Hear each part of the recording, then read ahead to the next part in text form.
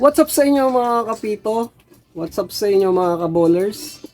Of course, isang mapagpalang araw uli sa inyong lahat at welcome uli sa panibagong episode ng Uncle B Basketball Tutorials.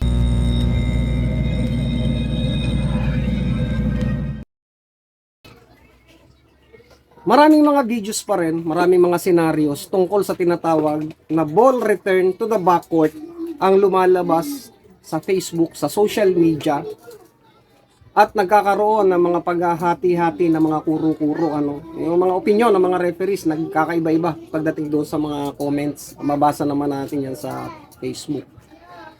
So ibig sabihin, napakarami pa rin ang mga referees na hindi talaga naiintindihan kung ano ang sinasabi ng rules and regulations ng ball return to the backcourt. At minsan, natatawag pa yan sa tinatawag na crucial game. Nako, pag nangyari yung mga ganyang senaryo at nakakaintindi ang mga coaches at ang mga players, patay. Diyan, nagkakaroon ng malaking problema. Dahil bakit? Of course, kapag mayroong contest at talagang ang liga o yung laro ay mahigpitan, katulad na lang na palagi kong sinasabi yung mga open league na yan, yung mga commercial league na yan, or doon sa Pro League, kapag nagkaroon ka ng pagkakamali, malalagay ka sa hot seat. Okay?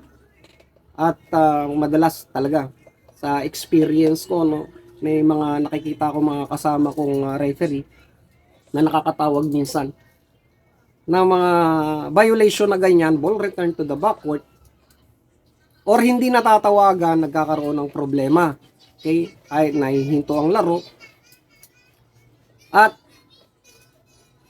kakaroon ng tinatawag na paggisa sa mga referees ng katotohanan. Kaya sa video na to, tatapusin natin yung na yan, yung problema na yan dito sa ating channel, sa lahat ng mga nanonood na mga referees.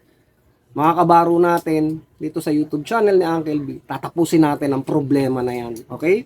So, pag-uusapan natin kung ano ba talaga, kung kailan ka talaga tatawag ng ball return to the backcourt at kung kailan hindi.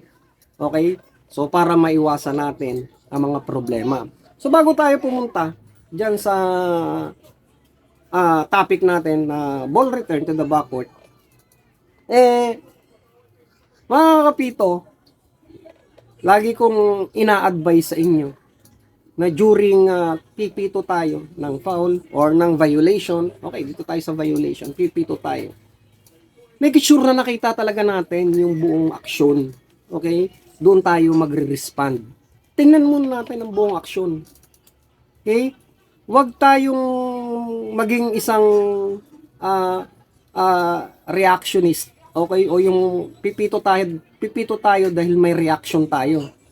Okay, nagiging nagiging mabilis yung natin, yung judgment natin. So tanggalin natin yung pagiging reactionist natin, yung madalas nagre-react tayo sa isang sitwasyon. Gawin natin ganito, advice ko yung mag-respond tayo. Ibig sabihin kasi malaki ang pagkakaiba ng salitang react sa respond. Okay? Kasi pag sinabing respond, ibig sabihin, nakita natin yung buong senaryo, yung buong aksyon, and then magre-respond tayo. Yung react naman, hindi pa nga talaga totally natatapos ang isang aksyon, nagre-react na tayo, mabilis pag sinabing reaction. Di ba? So, tanggalin natin yung salitang reaction sa pag-o-officiate natin. So, i-turn natin yon o gawin natin magre-respond tayo. Ibig sabihin yun, ganun lang kasimple, Tingnan natin, para hindi tayo malagay sa tinatawag na alanganing sitwasyon. Okay? So, wala namang tinatawag na delay call. Madalas sabihin delay call, hindi. Kaya ginagawa yan ng mga referee na dinidelay natin ng konti kasi gusto nating makita ang buong frame, ang buong picture ng aksyon bago tayo mag-judge. Ibig sabihin,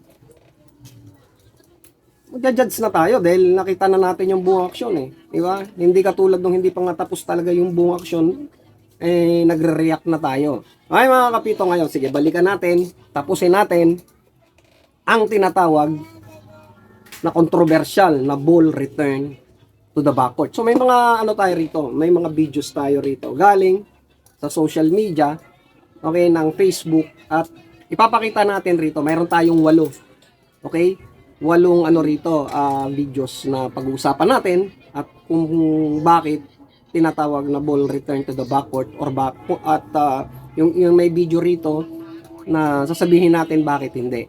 Okay?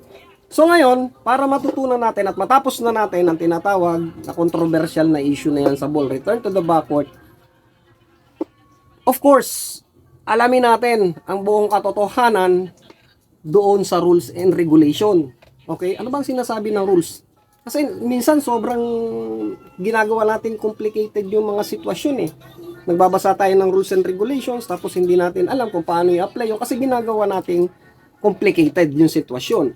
So sabi nga, yung common sense na lang. Okay? So sa bawat article ng FIBA rules, nakakalagay naman dyan definition, procedure, di ba? And then rules, penalty, para hindi tayo mawala. Okay? Para maintindihan talaga natin.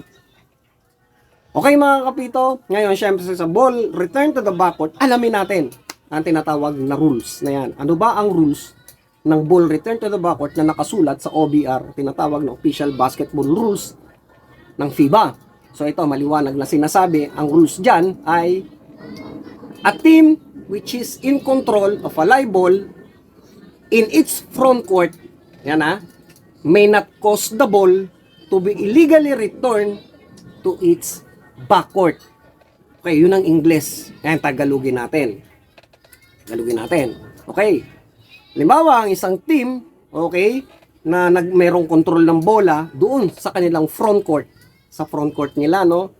Hindi sila yung magkokos, okay, ng tinatawag na live ball. Yung live ball, hindi sila magkokos kasi kontrolado nila doon sa front court nila na mabalik ang bola illegally doon sa tinatawag na backcourt nila. So, yun ang Tagalog. Malinaw na malinaw, ano? So, yung team na may control ng bola, of course, offensive team yan. Ando doon sa front court. Hindi sila ang magkokos na mabalik ang live ball, yung bola, doon sa backcourt illegally.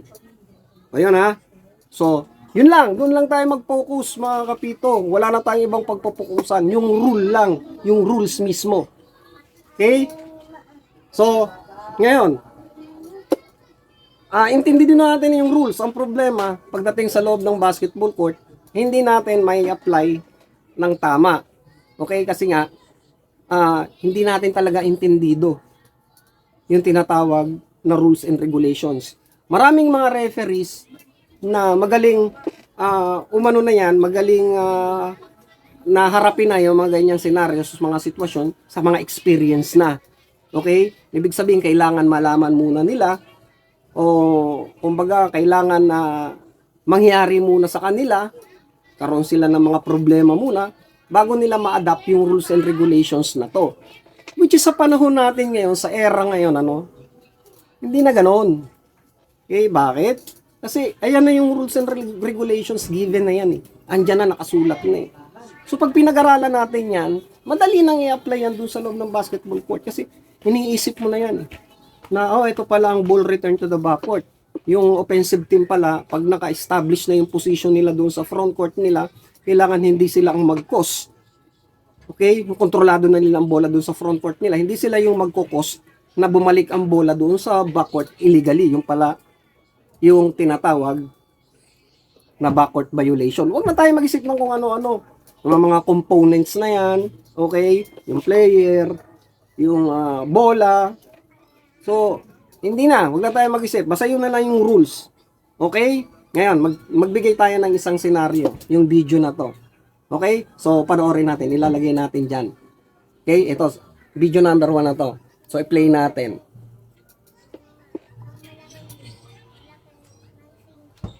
So, ayan. Diba? So, yung player nasa backcourt, binigay yung bola sa front court, binalik. Okay? So, i-play pa uli natin. Ayan. Okay? So, ayan mga kapito. So, pag-usapan natin yan. Okay? Yung scenario number 1. So, ibig sabihin, ano na yon? Kontrolado na nila yung bola. Okay, pero nasa backcourt. Diba? Nasa backcourt pa yung bola. Kontrolado na nila. Ngayon, yung player, nandoon sa front court. Established na siya. Pero, ang sabi ng rules, kailangan ng bola kontrolado doon sa front court. So, ibig sabihin, wala pa sa front court yung bola, nasa back court. Okay? Huwag tayong lumayo doon sa rules. Tatandaan natin mga kapito, yung pa rin ang inano natin. Okay? So, player pa lang ang naka-establish, wala pa yung bola. So, maliwanag sa rules na kailangan kontrolado nila yung bola sa front court. Bumalik siya. Okay? Pinasa sa kanya. So, yung video number 1, hindi yan backcourt violation. Okay? Maliwanag yan mga kapito, no? Sobrang liwanag nun. Okay? Kasi hindi pa nga naka-establish, hindi pa nga nila nakokontrol yung bola doon sa front court, nasa back court pa ang bola. Kaya maliwanag naman na sinasabi doon sa rules and regulations, ulitin natin, na ang backcourt violation, ang isang team na may control ng bola doon sa front court, at bumalik ang bola doon sa backcourt illegally, yun ang tinatawag backcourt violation. Okay? Or ball return to the backcourt. So, maliwanag yun, mga kapito, no? So, ngayon naman, panoorin natin yung video number 2 na to. Okay? So, ilalagay lang natin dito sa screen para maano natin. Kumbaga, magkaroon tayo ng kwentuhan habang nandiyan dyan yung video na yan. Okay? So, scenario number 2, ito yan. So, ayan.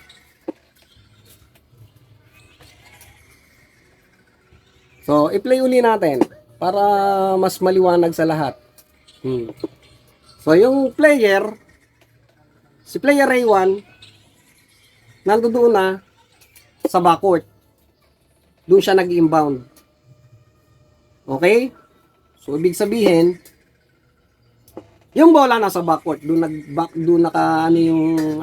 yung player 1 nasa backcourt siya. Ibig sabihin, kontrolado ay yung bola nandun sa backcourt, doon yung ini-inbound. Ngayon, suddenly, eto si player A2 from front court, tumalon, going to the backcourt para i-receive ang bola. Okay? So, ang resumption dyan, mga kapito, backcourt violation na yan. Bakit? Ang point of origin ni player A2 ay nasa front court nila. Nung tumalon siya, at nasa area siya, ang bola, ibig sabihin, establish siya sa front court. Okay? And then, nagland siya sa backcourt. So, ibig sabihin, backcourt violation na yun. Okay? So, ganun lang, kasimple. Ganun lang i-interpret yung mga scenario na yan. Okay? So, yung scenario number 2, backcourt violation na yan. Okay? Kasi nga, establish na ang player sa front court at na-establish na rin ang bola kasi na-receive nga niya doon sa area. Ibig sabihin, ang point of origin ng bola ngayon ay nasa front court na and then luman siya sa backcourt. So, backcourt violation na. Kasi sinusunod lang naman natin yung rules eh. Diba? So, rules tayo pag mga scenarios na yan. Okay? So, video number 3. Okay? I-play natin tong video number 3. So, ayan yan. Video number 3.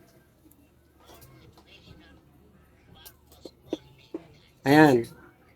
So, ang player, si A1, may hawak ng bola na nasa front court na, ibinalik ang bola doon sa backcourt kay player B2. Ayan. Diba? So, yung senaryo na yan, yung senaryo na ganyan, maliwanag yan na backcourt violation na yan. Kasi kontrolado na nga ang bola doon sa front court. Yan ang rules. Okay? Ang team na may control ng bola, ng live ball sa front court, at bumalik ang bola illegally doon sa backcourt, ay backcourt violation na or ball return to the backcourt. So, sa senaryo na yan, yung pinakita natin kanina, maliwanag na ano na yan, ball return to the backcourt na. Okay? So, sa pang-apat tayo mga kapito. So, ayan. So tumira, tumama sa ring, nagkatapikan, umumulik ang bola dun sa backcourt, at binalik sa front court. Ayan yung slow mo. Napakita natin dyan, yan. Ayan. So, unang nakatapik yung itim, pangalawang nakatapik yung puti, napunta doon yung bola sa backcourt, which is bola ng mga nakaputi. Okay? So, yun ang video. Ngayon, ito mga kapito. Sasabihin ko sa inyo, yung senaryo na yan, illegal. Bakit?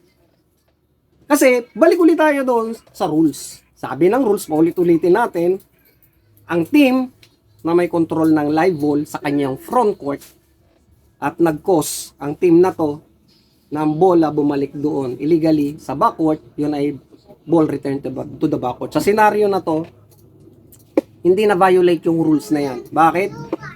Kasi pag sinabing control, okay, sinasabing control ng bola, nahawakan mo yan. Okay, naipapasa, naididribble, yun ang control ng bola. Sa senaryo na yan, kanina, na pinakita natin, walang may control ng bola. Diba, although sa front court, nangyari ang aksyon. Establish ang player, pero tinira nga, tumama sa ring, nagkatapikan. Ibig sabihin ang tapik, alam naman natin yan mga kapito, walang may control ng bola dyan. So, legal ang video na pinakita natin kanina. Ganun lang tayo ng senaryo, mag-judge ng senaryo sa tinatawag na ball return to the backcourt. Okay? So, next video tayo, mga kapito. Panglimang video natin to, no? Panglima. Ito. So, yan. Nagdi-dribble sa front court. Si player A1, binabantayan ni player B1. Ayan, dribble siya. And then suddenly, ayan, napunta siya sa backcourt. Doon sa malapit sa midcourt lane, pero backcourt na, lumagpas na siya ron. Okay? So sa senaryo na yan, maliwanag pa sa sikat ng araw, madali i-judge kasi hindi complicated. Okay?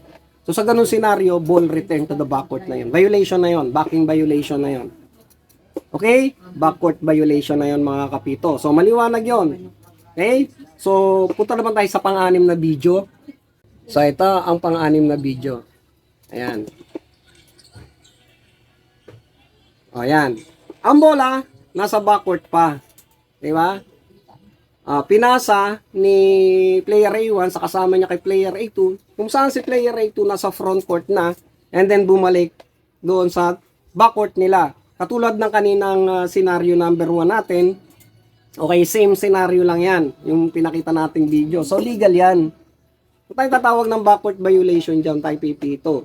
Kasi, ganun ba rin ang rules? Ulit-ulitin natin, ang team na may control ng bola doon sa front court, okay, at bumalik ang bola sa backcourt illegally, yun ang backcourt violation. So sa senaryo na to, wala naman sa front court ang bola, ganun lang kasimple. Lagi natin iisipin yung mga components na ganon, yung front court, okay, yung tinatawag na bola, at ang player. Okay? Ganun lang. Yung tatlong components na yon. Pero sa ganun scenario, yung rules mismo, yun na yun yung rules eh. Di ba? Wala naman sa front court yung control ng bola, nasa backcourt eh. So, player lang. Ibig sabihin, wala nakaka-establish pa ng posisyon kasi walang control pa ng bola eh. Okay mga kapito, so ganun lang kadali i-judge ang tinatawag na senaryo na yan. Katulad lang ng senaryo number 1. Ngayon, sa 7 tayo, mga kapito, ito 7. Video number 7. Okay, ganun din yung kanina, pinakita natin, si player A1 nasa backcourt, ayan, sa backcourt siya nag-inbound or nag-throw in. Si player A2 naman, from front court, tumalon siya, establish na siya, ayun, na-establish na rin ang posisyon na land siya sa backcourt. So, same scenario pa rin. Example natin kanina, different video lang. Pero at least tayo ng mga iba't ibang video. Pero yan, backcourt violation na yan. Kasi yung video na yan, galing sa Facebook, parang for educational purpose only, no? So, yun, ganon. Backcourt violation, yung resumption ng scenario na yan, mga kapito. Kasi nga, yung rules, laging naka-adapt yung rules ng ball return to the backcourt, which is na-violate talaga yan. Kasi nga, yung point of origin pa rin ang tinitingnan natin doon. Okay? So, medyo complicated yan, pero basta mag-stick lang tayo sa rules and regulations. Okay, at ang last video, ng ating content ngayon, ayan, nasa front court na, established na, from backcourt, receive ng bola, yung player, okay, backcourt violation pa rin to. Bakit? Kasi, yung bola, bumalik na sa backcourt. Kasi tumalon siya, yung point of origin niya backcourt, di ba? Sa scenario na to. Yung point of origin ng player na nasa backcourt. At umeri siya, na nasa area siya, ano ba ang point of origin niya? Di naman siya nakakaland pa sa front court. E di backcourt, ngayon yung bola, pag touch ng player sa area, backcourt. Di ba? Sa backcourt, nasa, sa area siya, backcourt na yon. Kasi yun yung point of origin niya. Okay, binalik sa kanya ang bola illegally, doon sa backcourt nila, then laland siya doon sa front court. Okay lang yun, kung nasa front court na siya, tumalon muna siya, bumagsak siya, nasa front court, pinasa na sa kanya, then legal. So sa ganitong scenario, backcourt violation na ang nangyari na yon. Okay mga kapito? So yun ang ating sinasabi ko kanina, ang ating 8 video clip tungkol sa mga kung paano natin i-judge ang tinatawag na ball return to the backcourt. Okay mga kapito, so yun, tapusin na natin yung ganung agam-agam. Okay? Basta tandaan lang natin ang rules lagi. Yung team, okay, na may control ng bola sa kanyang front court, nandoon ang bola sa front court, okay, at bumalik ang bola doon sa backcourt illegally, yon ang tinatawag na ball return to the backcourt. Hindi lang natin yon. Ulit-ulitin natin tong video na to. Huwag na tayong magpadala sa mga complicated na mga sitwasyon. Okay? Ang sinasabi ko nga lang lagi, maging respond tayo sa mga senaryo, sa mga aksyon na mangyayari sa loob ng basketball court o regarding sa tinatawag na backcourt violation yan. Tingnan natin ang buong aksyon. And then, pag nangyari, saka tayo mag-decide, mag-isip muna tayo sa mabilis na pangyayari at i-interrupt na natin ang laro. Okay? Ihinto na natin ang oras at pumito tayo ang tinatawag na ball return to the backcourt. Okay? So, turo na natin yung tinatawag direction, point of direction ng bola kung kanino mapupunta ang bola. Ay mga kapito, so yung ganun lang. Okay? Kailangan mag-respond tayo. Huwag tayong mag-quick judgment, ang tinatawag na reaction. Huwag natin gagawin yun sa pagpipito natin yung mga mabilisang reaction natin. Tingnan muna natin, pag-aralan natin ang nangyayari. Makita natin ang buong picture ng laro or buong picture ng action bago tayo mag-judge. Smooth na smooth. Diba? Wala tayong problema. Hindi tayo magkakaproblema kahit anong mangyari sa loob ng basketball court. Kahit paanong mga sitwasyon na yan, violation, fouls. Okay? So, ganon mga kapito. So, yun ang ating vlog ngayon. Okay, so tapusin na natin yan, yung mga backcourt violation na yan. Okay, ulit-ulitin lang natin tong video na to. Ano ba sinasabi ng rules and regulations? Sabi ni Uncle B sa Tagalog, ganun talaga yun. Okay, kailangan ng player at ang bola nandoon sa front court. Player at ang bola nasa front court. Then babalik ang bola sa backcourt. Okay, kaya kapag nakakita tayo ng mga senaryo na ang player nandoon pa sa backcourt, ang bola nasa backcourt pa at nagkaroon ng tinatawag na pangyayari doon sa front court, bumalik ang player doon, wala pa yun. Kasi wala pa yung bola sa front court eh. Okay? Unless na lang, sa mga senaryo, na na-receive ng player, yung bola sa ere. Diba? Pero once na nakaland na yan, wala na yan mga boss, mga sir, mga kapito, wala na yan ha. Sabihin, tingnan natin ang point of origin pa rin. Pag nasa ere, yun, magkakaproblema dyan, magkakaproblema. Kasi nga, ang point of origin niya, nasa front court na. Okay? Maintindihan naman natin yun, mga kapito, no? Okay? So, yun. Ganun ka, ganun kasimple lang ang pag-adapt ng, or pag-judge ng ball return to backcourt. Okay? So, mga kapito, yun ang ating vlog ngayon at Siyempre, gusto ko munang shoutout lahat ng mga kapito natin dyan. Sa lahat ng dako ng mundo at dito sa Pilipinas, Luzon, Visayas, Mindanao. At shoutout sa inyong lahat, mga kabaro, mga kapito. At sana may natutunan kayo dito sa ating vlog ngayon. Okay? So, sa lahat ng mga referees, mga kabaro natin, mag-ingat po lagi kayo. Mahal na mahal po kayo ni Uncle B. At lagi natin ingatan ang ating sarili. Stay healthy. Ngayon mga kapito, dito ko natatapusin ang ating video. At magkita-kita ulit tayo sa susunod na vlog. God bless us all. Peace out.